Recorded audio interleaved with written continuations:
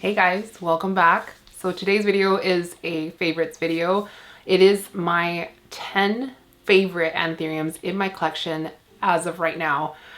I'm stopping just short of saying all-time favorites just because I know that will change, and there's probably more than 10 all-time favorites anyways, but these are definitely like long-running favorites of mine, and I'm gonna go through how I grow them, successes, failures, what's working for me, what's not working for me, boo-boos I've made. One could argue it's not the best time to be filming this particular video right now because I've just recently found quite a lot of sad plants in my tent. It's quickly moved into winter. Like, I feel like we skipped fall, we're now in like frigid cold. And I was just fighting turning the heat on in my house because I just didn't want to deal with the bills just yet. I just wanted a little bit longer and just like, you know, put on an extra sweater. And the plants specifically in the tent through like a small fit. So they're not looking their best right now, but I'm happy to show you the plants. They're not like the most pristine. They're not the most show-stopping, award-winning plants. I'm not that person, but I do love anthuriums. They're my favorite genus, bar none. Like, they are my longest running love in this hobby. And I'm gonna do something that I've never done on this channel before, which is I'm going to link every seller that I bought the plants from if I'm able to. And I'm pretty sure I can for everything. Let me just double check my list. Yes, I can. So in the past, there are certain plants and sellers I didn't disclose on this channel, and it's mainly because I imported a lot with Jing in the past, and Jing, as a lot of you may know, has a plant business. So I didn't want to, like, you know, release her sources, her vendors, but it's been a couple years where she hasn't been importing, specifically from these sellers at least. Bear in mind that it's been a couple years for a lot of these plants where I haven't like bought from these sellers. I don't know what they're offering. I don't know if they're even still selling plants, exporting plants. So I'm just gonna link their Instagram or whatever in the description. So you're gonna get a little bit of a spoiler as to the list, but hopefully you'll still sit through the video. But yeah, it's been a little while since I've done just like a purely show and tell video, which seems very appealing to me right now because I have a massive headache and I don't want to clean up after a huge mess in the plant room. So without further ado, let's get on to the first one, which I think I'm gonna start with the most obvious one. This one is my pride and joy. I love this plant. It's like pretty much my all-time favorite plant in my entire collection. I don't think I've ever loved a plant this much for so long, and it's not looking its best right now, but you guys already know it's the Dark Phoenix. Yeah, it looks a little bit nuts right now. This plant didn't really throw so much of it with the cold, but it's looking like it doesn't know where to face right now. I very recently, maybe about 2 weeks ago, up-potted it from a glass vessel, maybe about like this big. So I've upsized the glass vessel a lot because it was root bound beyond control. I was putting off repotting it just because I was gonna see if like, maybe if I kept it root bound, would it flower? Would that induce flowering? It didn't. It still hasn't flowered, but I did notice that a lot of the older leaves were starting to yellow. It was starting to shed a lot of the older leaves, which that's not gonna do. So I was not very happy about that. This is one of Charmaine's glass vessels that she gave to me. This is about as big as I can get. So after this, we're gonna be looking at like, I don't know, food service buckets, some sort of clear vessel, like just something really big, because this is bigger than like the largest clear pot that is available, at least to me, that I've ever seen. So yeah, it's planted in pon. It's lechuza pon, coarse perlite. There's like random leca in there. There's some of, I forget what her name is. If you watch Charmaine's channel, she has received what she calls party pon from, I think it's called the Variegated Plant Shop. She's located in Las Vegas. So there's some of that mixed in there, just like a lot of recycled pon, and there's orchiata as well. She has been rooting happily for the last few weeks. Ugh. Yeah, there's a root down at the bottom here as well. Oh, look at this leaf. Oh my gosh. Yeah, so I've been noticing this happening with a lot of my anthuriums that are like super root bound, which is why I am of the opinion that they don't want to be like so tightly restricted, like 90% roots in the pot kind of situation. I know there are like amazing growers and like botanists that I respect a lot that say that anthuriums can live in the same pot with almost no substrate for like 4 years. That just hasn't worked for me. So I've been, like I've mentioned in the past, I've been trying to like upsize the pots as often as possible. As soon as they get full, move them up. But one other side effect of it being so root bound was that the leaves started to get smaller. So this is the newest leaf. It's really pretty. Super, super pretty, but it's like way smaller than everything else on this plant. But yeah, she started to push a new leaf since the repot, and I'm just like kind of waiting because like this plant means so much to me.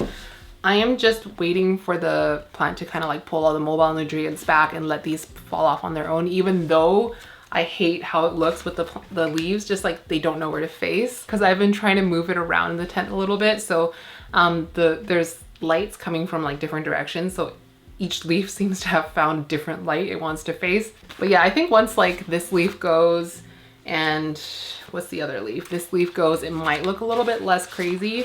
This is the second newest leaf right here. I did not know that it was going to be like my all-time favorite plant when I first imported it. So Jing accidentally imported, not this plant, but at the time Dark Phoenix wasn't a thing. So she imported it, I think it as like Dark Mama or something. Like, you know how Indo sellers will kind of just slap whatever name on the plant that whatever is selling and whatever, you know, fetches them a higher price. So that's essentially what this grower did. The Dark Phoenix is an Indo special. Nobody really knows the true ID of it. It might be a pure papillolamnum. It was for a while being sold as papillolamnum dressleri, but this particular seller, Jing, had imported a bunch of like Ace of Spades, Dark Mama, that kind of thing. I think she maybe imported like 10, and like maybe a couple of them were Dark Phoenix, and we're like, that is freaking pretty. Jing reached back out to the seller because we were like, this thing, we need more of this stuff, because I wanted one, she wanted more. So she reached back out, and I don't know what the seller is. It's not the one I'm going to be linking. He didn't have any more. I was somehow found this other seller, and he wasn't even really a seller. I think he was more of like a local seller in Indonesia because he didn't know how to export. So I managed, well, like mainly Jing managed to kind of talk him through the exporting process, how to use PayPal, stuff like that. And we were able to get a couple in. And this is mine. I've been growing it since 2021. So about 2.5 years I've been growing this plant, and it came to me as like a tiny little seedling, just like a little chunk propagation. Some of you might already have like heard of this seller before. He claims that his grandfather got this plant from like an orchid grower friend in like 1990s or sometime in the 90s, and the ones he was selling was like a clone of that, what he claims is the original Dark Phoenix, which wasn't called Dark Phoenix at the time. Anyways, it's a long story. I'll link him in the description. But from my experience, he was really nice. This was 2.5 years ago. So my experience with Dark Phoenix is that I've only ever grown it in 2 different substrates. First was moss. I used to acclimate all my imports in moss. That did not go so well, especially because we went through like a heat wave and the moss just kept drying out. I was out of town. My boyfriend didn't know what to do. So as soon as I moved it to pond, it just took off. Like it rooted so happily, it grew so well. And this is one plant that I will insist grows the best in pond. This is the one anthurium that I will always grow in pond just because of how happy it is. I've never tried growing it in soil. I know Charmaine has. It didn't really grow for her in soil. And I've never tried tree fern with it. So I don't doubt that it can grow in other substrates, but for me, it loves pond so much that I don't see the need to grow it in anything else. I've had anthuriums that like, it's not that they hated pond, but they grew better in a different substrate other than pond. But the Dark Phoenix is not one of those plants. It just really, really likes it. It roots so well. I don't know if I have any other anthurium that roots so happily in pond as the Dark Phoenix. So a lot of you know that this is the plant that I've been patiently waiting for it to flower so I can do something with it. I want to breed it, I want to self it, do something. And I'm coming to the realization that this is one of the anthuriums that flowers like very late, as in like it gets quite mature before it flowers, because Jing's is like slightly more mature than mine, and it didn't even start flowering until this year. And there's just like a million different crosses I want to do with this plant. So I couldn't do this video without talking about the Dark Phoenix because it is just like my favorite anthurium. It's just so good. It's not a difficult one. Granted, I've never grown it outside of a greenhouse. It's always grown inside my tent. I don't want to grow it outside of my tent just because I don't want it to slow down. I don't doubt that it could grow in ambient conditions. I just don't want to. And that's the beauty kind of anthuriums in a way before the leaf starts to get too big, is that like they don't grow so tall. They just grow kind of like big, huge leaves, sometimes really long petioles. So if you can get the width to grow an anthurium, or you could like, I don't know, if I wanted to keep growing it inside a greenhouse, but it was running out of like horizontal space, I could in theory sacrifice some leaves, chop some off, and like give it the space to grow inside the greenhouse and make it fit. Whereas like with philodendrons or anything, if I need to keep consistently like extending moss poles and things like that, you run out of space really fast. So I often get questions as to like whether I have cuttings of this plant to sell. The answer is I'm not going to be cutting it anytime soon, just because I am wanting it to flower, and I know that cutting it will probably set it back from flowering. I think I do want to cross it. I think everything crossed with the Dark Phoenix looks amazing. The Dark Phoenix genes are so strong. So I'm going to show you this leaf, for example. Our Dark Phoenix has like these very like vertical veins, and it comes out in like this like starburst shape. It also has like a very puffy leaf texture, so you can see that like it puffs out in between all the veins, and it has this very nice texture, which with every Dark Phoenix cross that I've seen, it really does pass on those traits. It may not look maybe like quite the same color or anything, but it does retain a lot of Dark Phoenix. So yeah, I'm gonna link the seller that I got this from. I will also be linking Jing, obviously. She's just recently selfed her plant. She got so many seeds. I got 2 of them myself. Charmaine also got 2 seeds. So I'm gonna be growing those out, and I wanna like see how they look different from the parent plant. My plant is not the parent plant, but my plant does look pretty similar to Jing's. Mine just has a tendency to be a little bit like narrower and have like a little bit more of like a pointy look. Every leaf does have the tendency to do that. And one thing that I love about the Dark Phoenix is how tall these lobes end up being sometimes. Like when it gets mature, it has these like crazy bunny lobes. They're so good. They are just so good. I just think that this is like the best plant to come out of Indonesia. That's my opinion. Anyways, moving on. Okay, this next plant is an all-time favorite. I think it always will be, but it's not looking its best right now, but it is, I think, on its way back up. So this is Anthurium Ace of Spades, dark form. Let me just take its earring off. These are the mite packets. So this plant I got from Amanda. These are like the sad looking leaves, okay? I think it might have gotten spider mites because it does show some spider mite damage, but I never saw mites on them. There's no webbing, there's no mites, but I've treated it every time. So some of this like scratching you'll see is like where I was like a little bit too abrasive with my like wipe downs. And just recently I had it repotted from tree fern fiber into like a tree fern soil mix. So about 50-50 tree fern to my aroid mix. And I've been more and more in love with this substrate the more I use it. I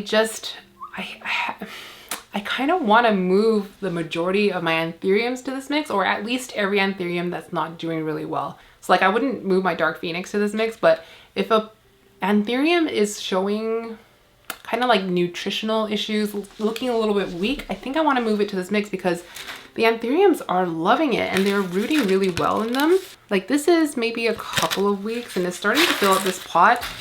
I moved it from like a 4-inch pot, and this is probably somewhere closer to like a 6-inch pot. So the newest leaf is here, and I don't like how it's showing up not very dark on the viewfinder. It does definitely look darker in person. I mean, it looks like an Ace of Spades in person. My Ace of Spades has been throwing these like very narrow leaves. I keep saying like my plants just want to grow sharp. It's not like they're mutating to like an uncharacteristically narrow level, but I just feel like whatever conditions, light or whatever that I'm giving them is inducing a little bit of a narrower leaf blade. But yeah, right now it's pushing out a new leaf. It has been really enjoying this new substrate. Right now I'm working through a batch of soil that is just full of fungi.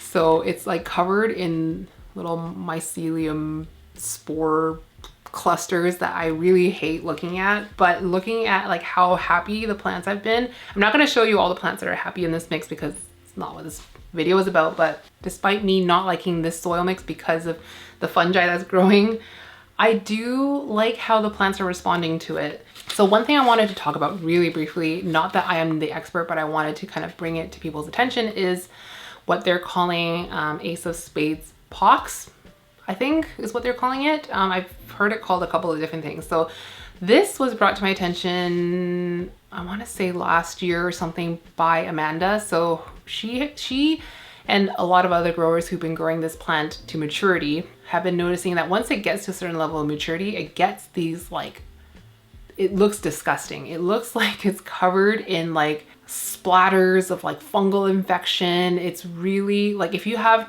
trypophobia, you will not enjoy this.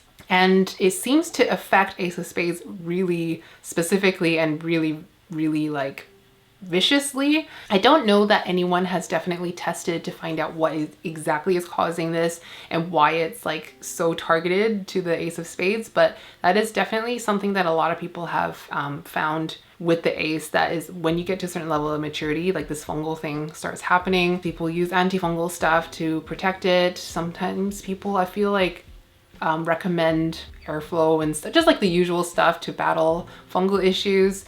So I don't know. I really don't want that to happen to mine, although I feel like it's like a inevitable thing. Like it's like a time bomb. One day it's just gonna be like the fungus is here and it's gonna look really speckly and gross. So I hope that like now that the more people are talking about it, maybe somebody will find out why this is happening to the ace. What is the actual cure to this like fungal issue? But anyway, this will always be an all-time favorite anthurium of mine, even if it's like a pain in the ass, or even if it becomes a pain in the ass, I should say. So far, it hasn't really been a pain in the ass. It's just been hit with some mites and stuff. Like there's just no other anthurium that looks quite like it. Like the shape of it, where it has this little like keyhole sinus with the lobes like very symmetrically pointing in towards each other. They're very round at the lobes, that very muted veining. Obviously mine is not that dark, but you can get quite a bit darker than this. And I just don't think that any other anthurium quite looks like this. And especially like, I really like the story behind it of how this plant almost never came to be. So I'm going to kind of like pull from my memory, so don't take this as like historical fact, but Ace of Spades actually came from Silver Chrome Gardens, which I don't know why everyone's always looking for Tazula Ace of Spades. I don't know how it's even different from the Silver Chrome Ace of Spades. Like it can't be different, right? It's like genetically probably the same, but somewhere along the lines, like Tazula became like the Ace of Spades that everyone's looking for. So Silver Chrome is owned by Bill Rotolante. I remember him posting a story in a Facebook group, and I probably have a screenshot somewhere, but I'm just paraphrasing from my memory. He said that Ace of Spades was rescued, like these berries were rescued from a friend's garden nursery, either prior to a hurricane or just after a hurricane. Like these berries survived the hurricane somehow. They grew these berries out, and then one of the plants looked like the Ace of Spades, so they saved that. They put it into TC, nobody wanted it, took it out of TC. But I really like the story because it's just like, the plant was just meant to be, and it was just such a good one. And just like one plant out of this batch, and nobody knows the ID because I don't know if like that a friend of theirs didn't know the ID, gave them just like a random batch of berries, but there's just the one. And it was just, I guess, some sort of fungus gnat mutation that caused it to look so beautiful. And I just think it's like such a precious plant for that reason. So yeah, that's my Ace of Spades. Holy crap.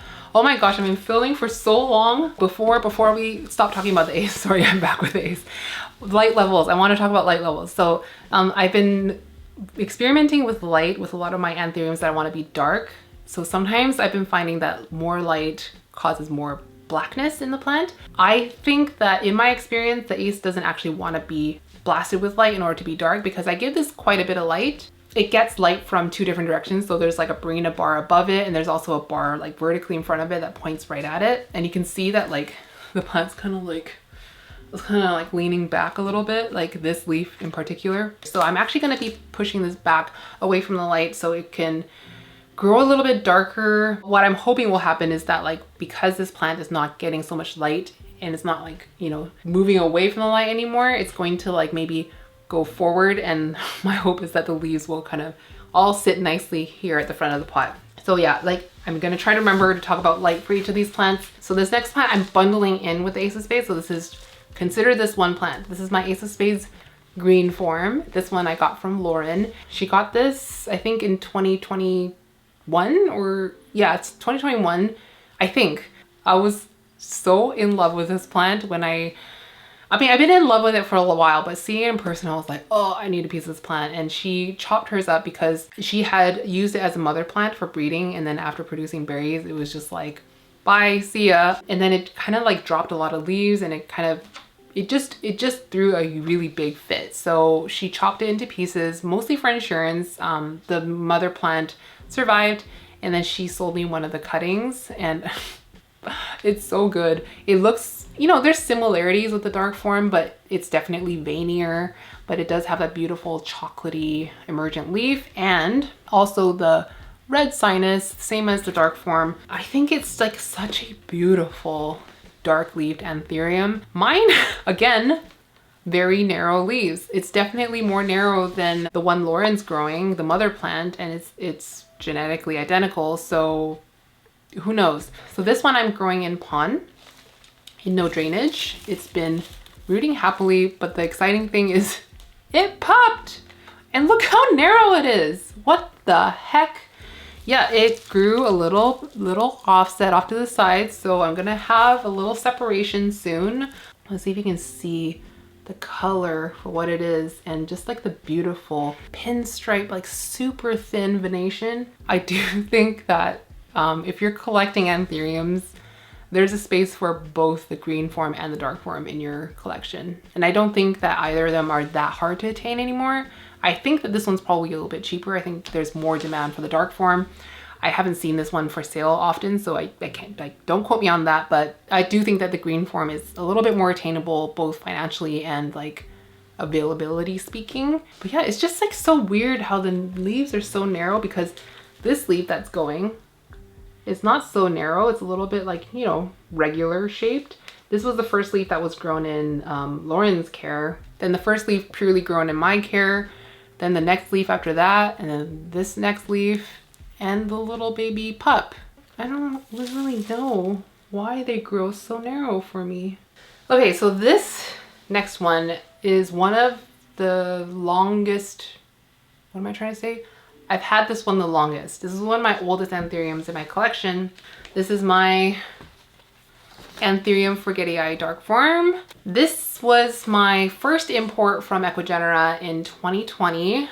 I remember this day so clearly. I mean, it was 2020, so it was during the pandemic, and we ordered, there was a group of us, I think there was like 4 or 5 of us that ordered from Ecuagenera, and I ordered like 25 plants or something. I've never imported so many as I did that year. I was the one who was like charged with picking it up from the receiver, the importer. His name is Eugene. He's angel. He's so adorable. He works for he doesn't work for it. He's a volunteer, or he's part of the Orchid Society, and he kind of runs a lot of the Ecuagenera stuff here. So I remember having to go to his house to pick up. This was during the pandemic, so there was no pop-ups, nothing like that. So I remember having this box in my car, and I was like looking at the back seat at these plants, and I could see these Forgetti eyes poking out, and I felt like there was a celebrity in my car. I felt so starstruck. What a time to be alive.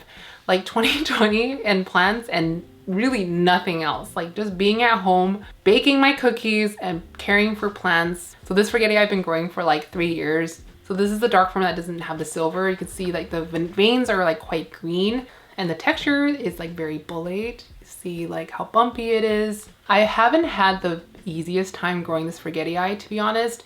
For a long time, I was growing it inside a greenhouse. So I was growing it in my Millsbo cabinet. It used to be a aeroid cabinet before it was a Hoya cabinet. And I always had trouble with it, like A, growing, and B, growing dark. Right now, it's in this shelf like right behind me. It doesn't get a ton of light. It has 2 Barina bars, kind of like I have one here and one over here, so it's not a ton of light that they're getting because there's like quite a lot of distance between the plant and the light. I don't know, it's starting to be happy. It's been in the same soil mix for quite a long time. I mean, it's so algae ridden, so I don't even know what the roots look like. I just try to water it whenever the soil feels dry.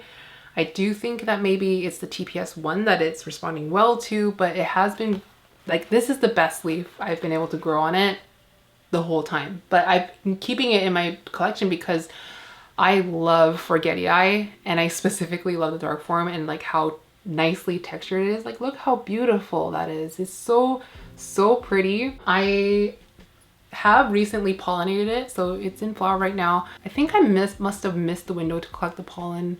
I might collect it anyways, but this has been pollinated with Bastard. So Bastard is a Mag Forgetti cross from Amanda, and it's a really cute round Maggie Forgetti. It looks like a very nice mix of the two, but it has kind of like this, like, it doesn't produce a fused sinus. I thought it was really cute. They were flowering at the same time. I was like, why not? Just threw some pollen on there, and it looks like it took. That you can see the little flowers are starting to turn green. I mean, I don't think that it's hard to get these plants to match up. Sometime this year, it grew this leaf, and this is definitely the biggest Forgetti leaf I've ever been able to grow, and I was just like, wow, I love you so much. I felt really proud because Forgetti, in my experience, is not as easy to size up as other anthuriums. Forgetti for me, like, the size up is like a lot more incremental, so it was like really satisfying to grow a leaf this big, even though it had like a big hole in the middle right here from not having enough humidity. But this one was taking a long while to like acclimate down to room conditions. It finally is happy now in room conditions, and now that, like, fingers crossed, getting the spider mites under control with the predatory mites, I think that the worst is behind us. Fingers crossed. So a lot of people are after the dark form Forgetti. So this one is from Ecuagenera, like I mentioned. I don't know why the Ecuador nurseries don't separate these out and like call them something different, because they have them, but they're not like marketing them as that. And they market like the same plant as like 5 different names. So why not do it with Forgetti? I don't really understand. To my knowledge, they still don't say like Forgetti dark form, Forgetti silver. I know they say white stripes, but they never have like separated out the dark form. So the way that we were able to get it a couple of times in the past is just order Anthurium Forgetti. And then it's kind of a little bit of a gamble from that point. But that's simply how I got this. And that was 3 years ago. So I don't know if they're still selling them or if it's going to be a little while. I hope they do, because this is such a great Forgetti, and I don't think they're very expensive. It's just that not a ton of people are growing like the dark form with no silver. So Lauren has a few dark form Forgetti. She just inherited one from Erin and Really Botany. So she has like a really beautiful, really bolate one. And Erin's just kind of trying to like get rid of a lot of her big plants, and she wants to just kind of baby little tiny plants. It's just a little bit better for her schedule, and she likes to start them small, grow them big, and kind of like get rid of the big one, which I can kind of relate to that. But so Lauren has the mother plant. She took a little like butt cut for Erin to give back to her, and then Lauren's keeping the big part, and we want to cross them two together. So we're just waiting for things to line up.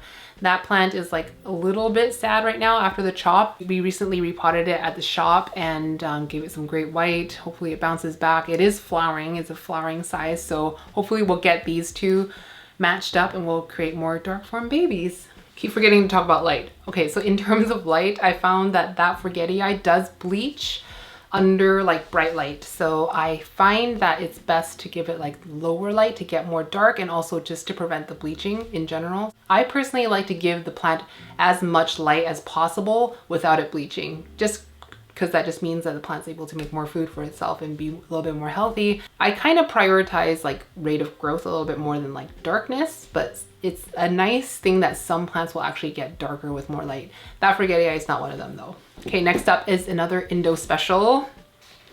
My King of Spades. It's looking slightly sad. I need to get the saucer because it's dripping. So this one, it wasn't a planned chop, but I did chop it into 3 pieces about a couple of weeks ago. So I have 2 pieces of this plant in my tent. I haven't had the best track record propagating this plant. I've had at least 1 or 2 cuttings die. So my goal was to get a cutting with leaves on it. So that meant that okay, let me just rewind a bit. The original plan was to just get it out of the pot it was in and then pot it into the biggest clear pot that I had, in the hopes of getting it to grow a little bit faster, hold on to more leaves. But once I had it out of the substrate, I was like, oh right, I wanted to propagate this. And when am I gonna get it out of the substrate again? So I was like, I might as well just cut it now. It's now or never. So I did I'm not proud of these cuts. They're not the best cuts. I think they're best I could have done under the circumstances, but I had to make very risky cuts that were a little bit more vertical, like they were like this. So I planted this one up in tree fern soil. This is the top cutting. I do see roots. Oh my God, I'm so relieved. If I had lost this plant for my risky cuts, I would not have forgiven myself, because I love this King of Spades. I love the King of Spades kind of from a few years ago, before they started to self them and like kind of breed them. They're just like rounder, they have better veins, they have better colors. They're a little bit more veiny actually. I find like the seedlings that are being sold now are a little bit less, like they're a little bit more minimal veins, and I like the King of Spades because of how dramatically round and dramatically veiny it is. So I will link the seller that I got this from. I think I've linked him in the past actually in my Indo Anthuriums video. We've imported from him a few times and he's always been lovely.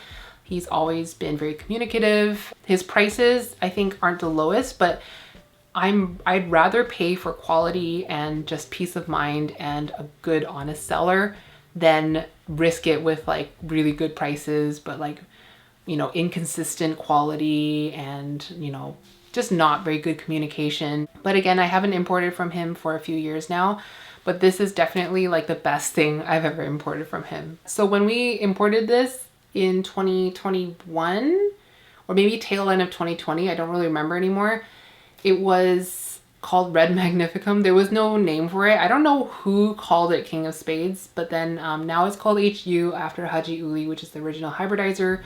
And I don't even think that he knows the ID of this plant, but I think it's pretty safe to say that there is Magnificum in the parentage and most likely crystallinum. So I've been growing this out in ambient conditions, so like right here on this shelf. I used to live in my exo, just like this one right here. It's not a very high humidity one, so it was like a very seamless transition out to here. And once I had the spider mite kind of situation kind of under control, I felt like okay about bringing it out here. And so far it hasn't really, like the new leaf doesn't show any mite damage. There's a little bit of, I think, mechanical damage down here, which caused the leaf to kind of pucker there. This is quite a slow grower for me. I think it puts out like 2 leaves a year or something like that, but it grows roots like nobody's business. So I don't know. It's always really exciting when a new leaf comes out. So whenever a new leaf comes on this plant, I'm like so careful with it. I don't let it dry out, because like when's the next time it's gonna put out a leaf? And I have found that like the more light you give it, the brighter red those emergents become. So I do think this is an anthurium that can take quite a bit of light. I've never bleached this plant personally. Not that I have like the strongest grow lights in the world, but even when I get it quite close to the light, it doesn't bleach. So I think this can take quite a bit of light, but it is a slowish one. Kind of like veitchii if you grow veitchii. This next one is my favorite strap leaf anthurium of all time. You guys already know what it is. Anthurium wendlingeri. Wait, let me take the packet off. You're ruining the vibe. So this is not the prettiest wendley you'll ever see, just by the growth pattern. It's like growing so wonky, but it is my pride and joy because this thing, I am so happy to have a wendley in flower. This corkscrew makes me so happy. I have dreamed of growing a corkscrew inflow for years, and now that it's finally here, I cannot tell you how happy it makes me. This has been recently-ish pollinated with wendley pollen. I have no idea how hard it is to get a wendley to produce berries, if it's like pretty easy, not easy. I have no idea what the gestation period is. I just gave it my best shot. The inflow is not dying yet, but it does take a while for an inflow to die off. So I'm gonna keep my fingers crossed that I can produce little Wenli babies. But yeah, this one has been in my collection for almost 3 years now. And it came to me as a little tiny plant about this size. Actually very similar to the size of this one, which is my most recent Wenli from Woohoo Tropicals. Yeah, it was pretty much the same size as this. Oh, by the way, this one is rooting happily in tree fern.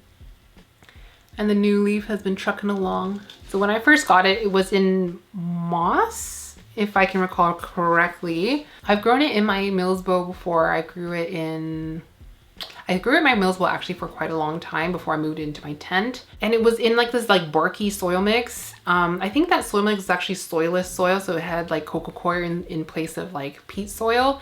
And it just didn't do anything. So I moved it to tree fern soil sometime around a year ago, and it just took off. It was so happy in that mix, and this was actually one of the plants that like convinced me that that was a good mix, because like just the results were very instantaneous, and it started to get like a lot bigger for me. So yeah, I was really convinced of that mix after that. And I made the mistake of letting it hit the side of the pot. This is why it looks so weird. So the stem started to curve around the pot and it started to grow sideways. So if I had let it grow over the pot, I think that a lot of the leaves would be a little bit more just facing the right way, but that's all right because she's given me this, and this grew out in ambient conditions. So this Wenli lives just on this shelf here. I had to move it out of my tent just because it didn't fit anymore. It's growing a little bit too crazy, and I was like, it's summertime. If there was a time to move the Wenli out, this would probably be the best time, because I know that Wenli can definitely live in living room conditions. Like so many people grow it out in their living areas. So yeah, please keep your fingers crossed for me that this does something. But if not, I have collected the pollen from this plant already. So if this doesn't happen, then maybe I'll wait for the next one and self it, or if somebody else wants to match up, we can do that as well. I almost picked the Pallidiflorum over this, but I think the Corkscrew really put it over the edge. But Pallidiflorum is definitely one of my top anthuriums of all time. It's just not on this list. In terms of light levels, I think the Wenli can take quite a bit. I've never been able to bleach it. It's just such a tough plant. So we're halfway through the list now, and I've been filming for an hour. So I need to take a little break. I will be right back. Okay, I am back. I might have to take another break later because I'm expecting a delivery at the door. So the next few, the 4 of them are quite new.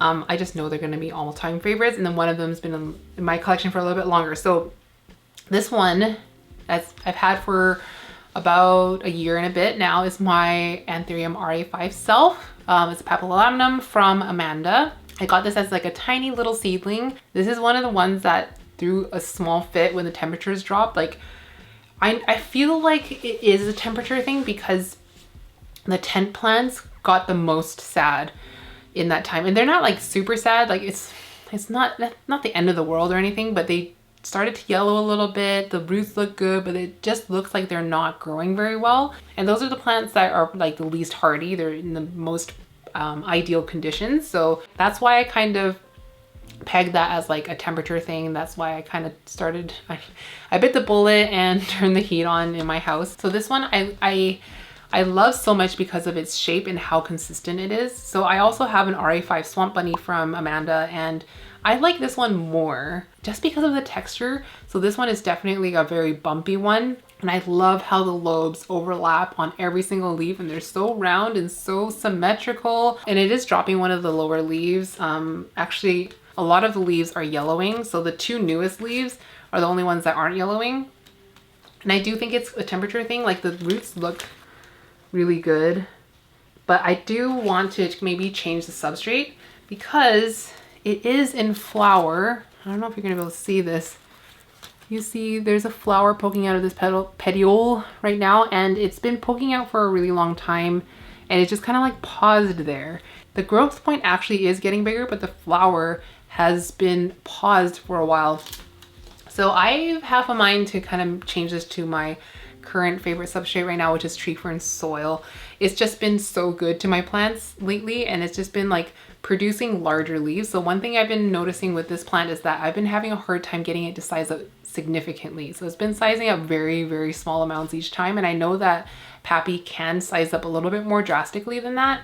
Like Lauren also has one that's from the seed batch and it's quite a bit bigger. I've been growing it in pond ever since I got it as like a tiny seedling, and it's never had like root rot or anything in the pond. But I do think that maybe I want to try to switch up the substrate so that it maybe it doesn't love pond as much as it would soil or tree fern soil. So that is actually on my list of things to do. I have like pap hybrids, but these are the only pure paps that I have. This one's my favorite. I think it's so cute and I really want to cross it with my dark phoenix once both of them are flowering. So if this flower is to like continue growing and produce pollen, I'm not going to pollinate this plant yet because it's too young, but I want to harvest the pollen and freeze it and save it for something else. I just don't know what I would do this with on my plants. So I mentioned this in last week's video that I want to pollinate Jing's dark phoenix with this plant, but I didn't expect for this like flower to just like stop growing. But yeah, I show this plant all the time on this channel, so you guys will have seen this before. It's been really easy to propagate. I've cut this plant into 2 separate pieces like earlier in the summer, and I sold both cuttings. Both started sprouting really quickly. The mother plant did not skip a beat. It started growing again. So this is like the leaf like was grown since the repot and chop. And it rooted really well in the pond. I just don't know that it's like, I don't know. The roots look fantastic. They look really healthy. I don't see any rot whatsoever. Like, it looks fine. I just don't know why it looks like this. I can only assume that it was because it got so cold so fast, because even if I touch this pot, it's kind of cold. I think these plants are just gonna have to get used to it because I'm not gonna like put a heater in this room. I'm not gonna crank the heater any more than it actually is. I am saving my money now.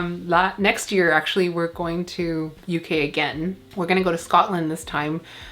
So I am trying not to spend money, and I'm trying to like just be as frugal as possible.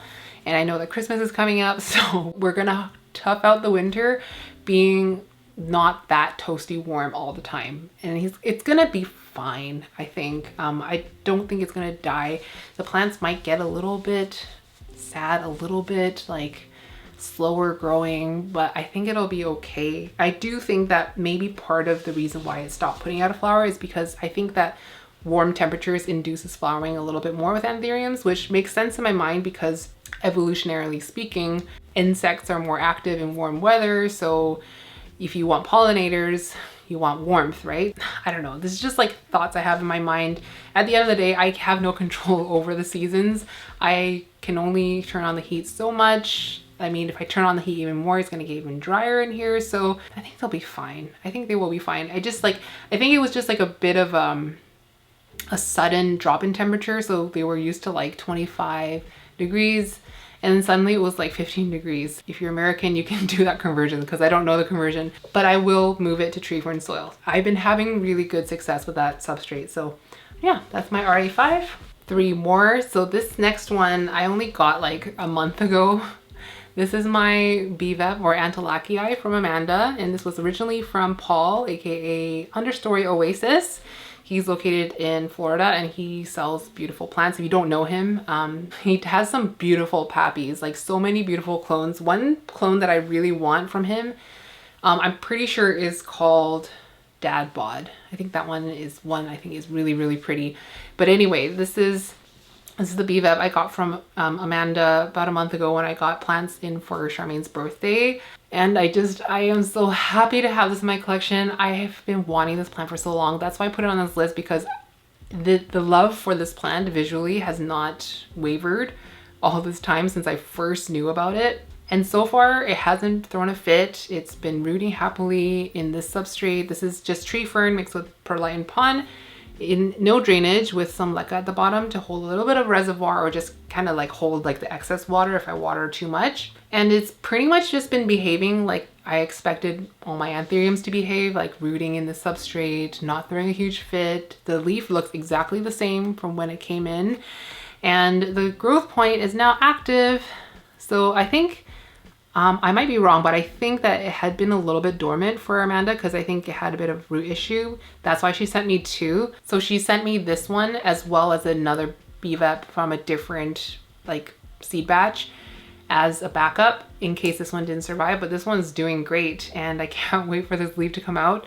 I'm gonna be obviously showing this on my channel once it comes out, but I think that this is one of the most beautiful plants, and like all the hybrids I've ever seen with BVEP are stunning, like so beautiful, so black. Like there's nothing quite like this color. And I really like this one in particular just because like this, it's quite a flat leaf blade, but when you lift it to the light, you have a very like grainy, pebbly texture, but it's not like a really puffy one. I just think this one has like beautiful color. And I'm quite a big fan of these like protruding butthole sinuses. I think they are so fun.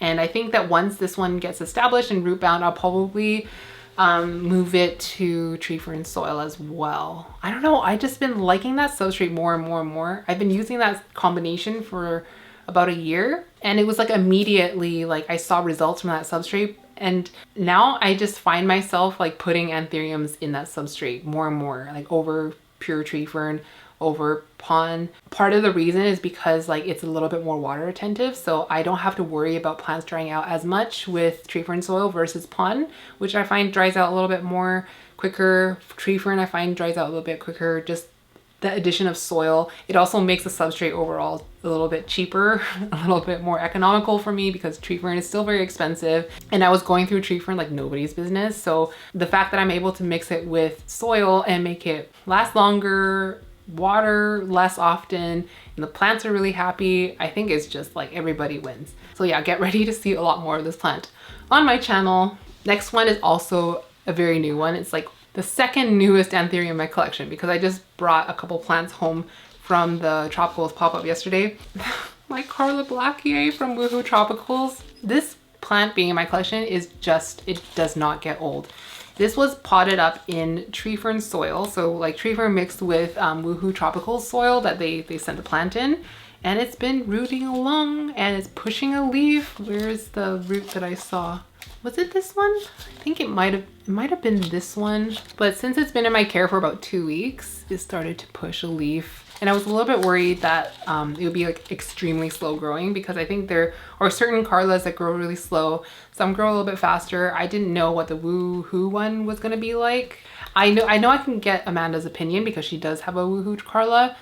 Just, I have to take her opinion with a grain of salt because she's so much better at growing anthuriums than I am. So just because she says it's like, you know, it grows with no fuss doesn't mean that I'm gonna have the same experience. So I'm pretty sure if I asked her, she'd be like, it's fine. But I definitely was quite pleasantly surprised for it to start growing so quickly and rooting. So it's only been a couple of weeks, but it is like, I've been in love with this plant for years.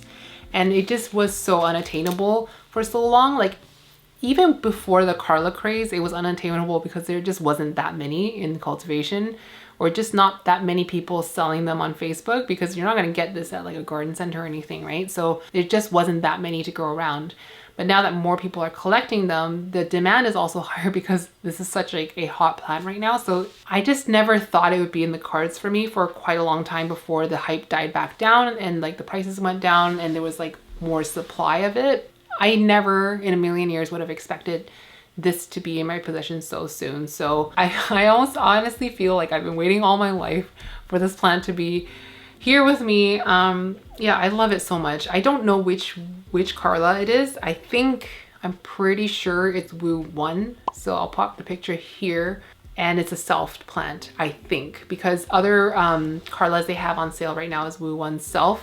It doesn't even really matter to me. It's just a Carla. It's beautiful and it's so dark and just magical. But obviously I can't tell you too much about like my experience growing this.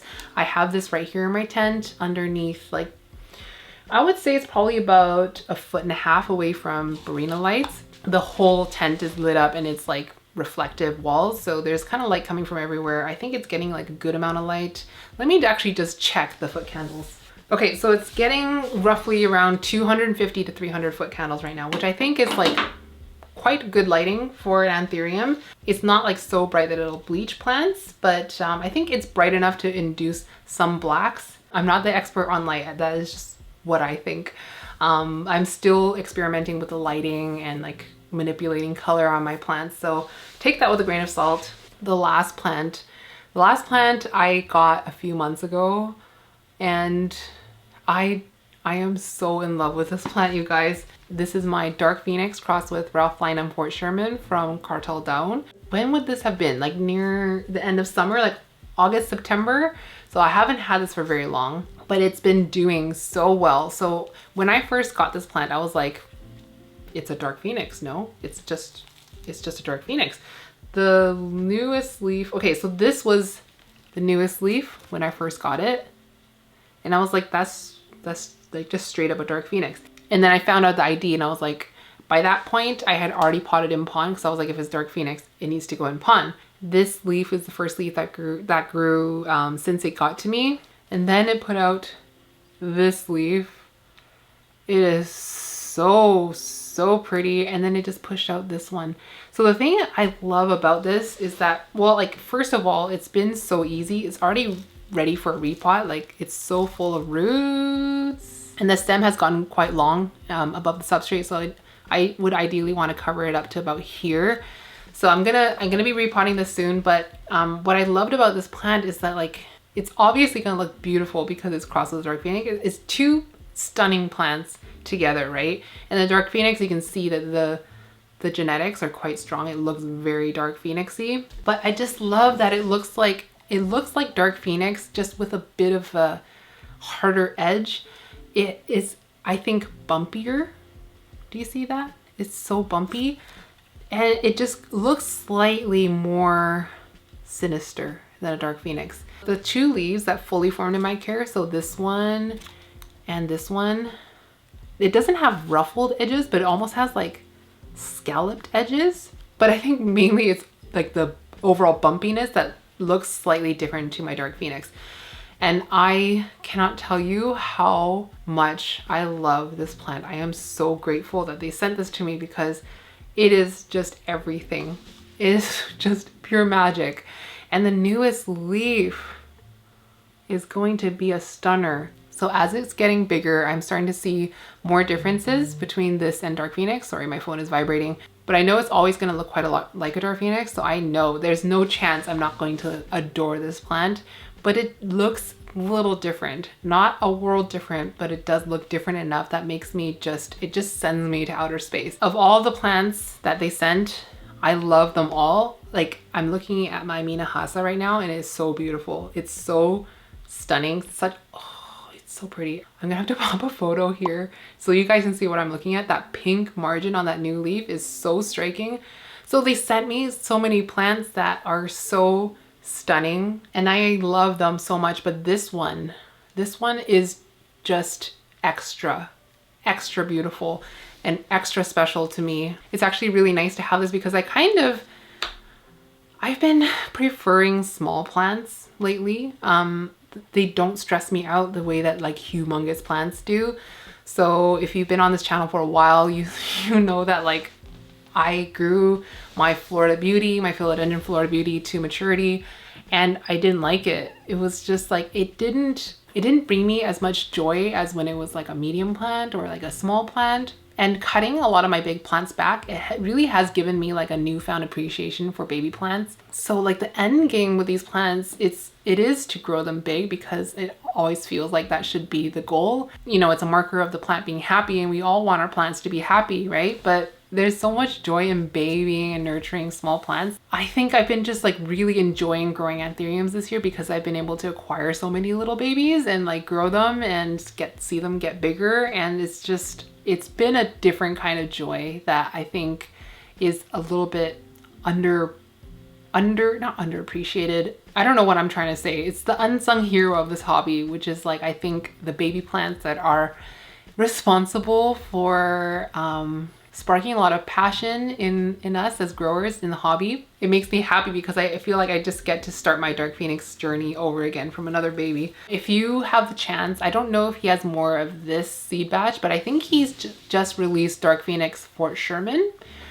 which I expect would look freaking amazing just like this. So if you have the opportunity to get it, I think they might stop shipping over the winter depending on where you are, of course, but if you have the chance to get this plant, I really, really recommend it. All of my cartel plants, they're all rooting away, growing away. They did not skip a beat, and they spent about a week in a box, I think. They shipped it like Friday from Indonesia, and it came to Winnipeg is where the importer is, and then it got repackaged and then sent on. There were some delays, so I'm pretty sure it was in a box for a week, and these plants didn't even show it. Last plant.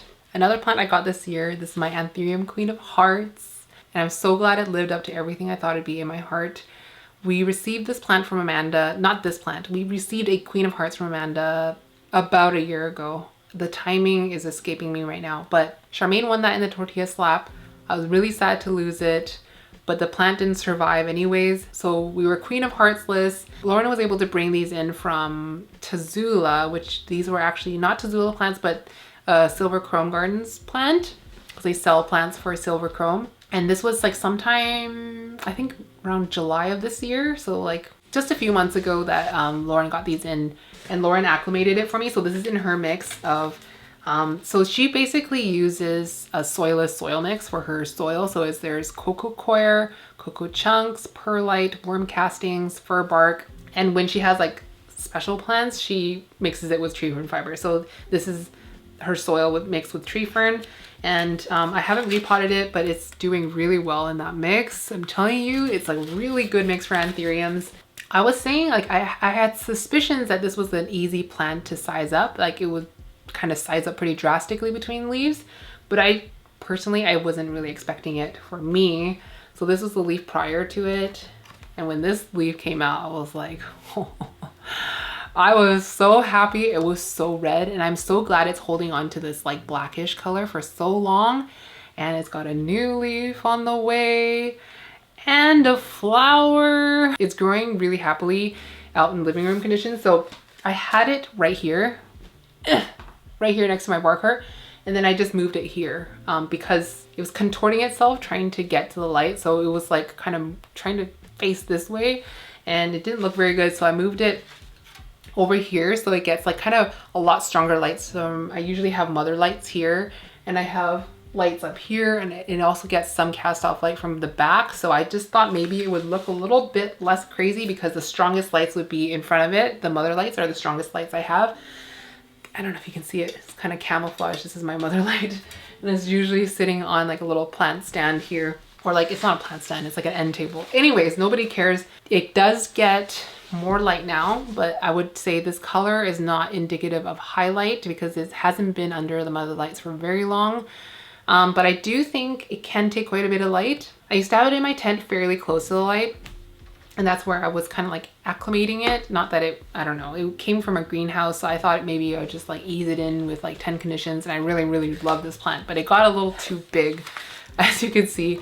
And I think it's only going to be sizing up more. I think this is definitely an underappreciated anthurium. I do think a lot of people like it, but I think more people don't care about it.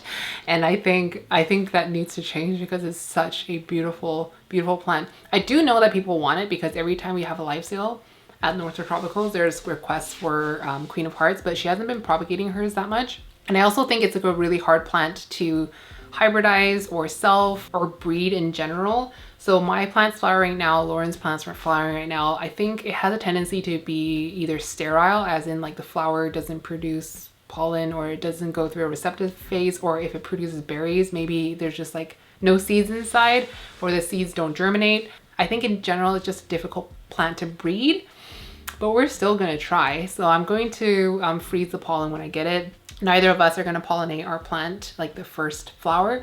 So we're going to wait for the second one and see what we can do with it. But they're kind of like synced up. So maybe like if the next plant is, the next flower, I mean, is also synced with hers, and maybe we could try. But I'm not like getting my hopes up for getting berries out of this thing, because what are the chances that like I'm able to produce offspring from this plant when it's like already a hard thing to do? But this leaf, hopefully, as long as I don't let it dry out, which I haven't been, but as long as I can keep it well fed and watered, I hope it can form well in living room conditions, because this will be the first leaf that I grow out in ambient conditions. The other leaf, this one right here, formed inside my tent. So fingers crossed, but if it's ugly, if it rips itself a little bit, that is to be expected. That happens when you move an anthurium, especially outside to living room conditions. It will kind of get a little bit ugly and have little raggedy edges and things like that because it just can't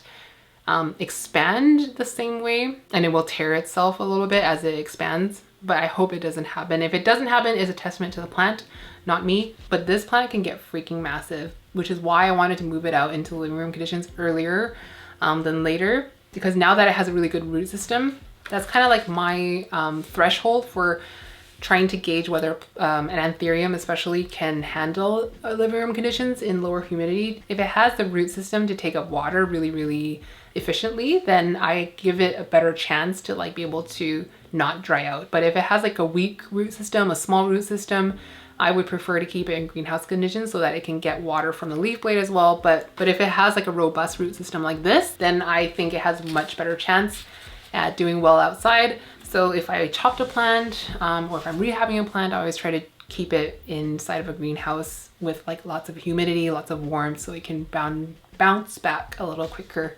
Anyways, that is my last plant. If you have like one all-time favorite anthurium, like one that you like, your dark phoenix, what is your dark phoenix? Let me know.